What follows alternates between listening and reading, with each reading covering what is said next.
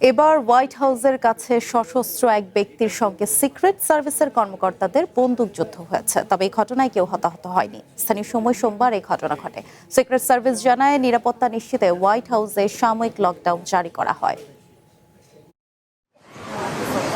সোমবার হোয়াইট হাউসের ঠিক বাইরের সীমানায় টহল দিচ্ছিলেন সিক্রেট সার্ভিসের সদস্যরা। আচমকাই তাদের নজরে আসে এক সন্দেহভাজন ব্যক্তি। সিক্রেট সার্ভিস জানায় ওই ব্যক্তিকে থামাতে চাইলে দৌড়ে পালানোর চেষ্টা করে সে।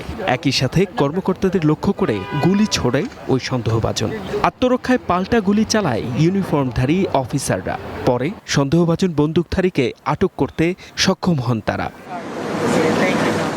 পুলিশ জানায় আটক ব্যক্তি একজন কিশোর। পরে ঘটনাস্থল থেকে একটি অস্ত্রও উদ্ধার করা হয়। আমি নিশ্চিত করছি ইউনিফর্ম পরা সিক্রেট সার্ভিস অফিসাররাই ওই সন্দেহভাজনকে প্রতিহত করেছে।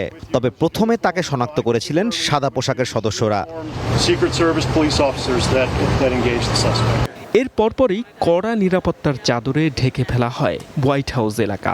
এই ঘটনায় প্রেসিডেন্ট ট্রাম্পকে লক্ষ্যবস্তু করা হয়েছিল কিনা তা খতিয়ে দেখছে সিক্রেট সার্ভিস। আমি আপনাদের বলতে পারি, আমরা এই এলাকাটিতে 24 ঘন্টা কঠোর নজরদারি করি। এই হামলা প্রেসিডেন্টকে লক্ষ্য করে ছিল কিনা তা আমরা এখনো জানি না, তবে তদন্ত করে বের করব।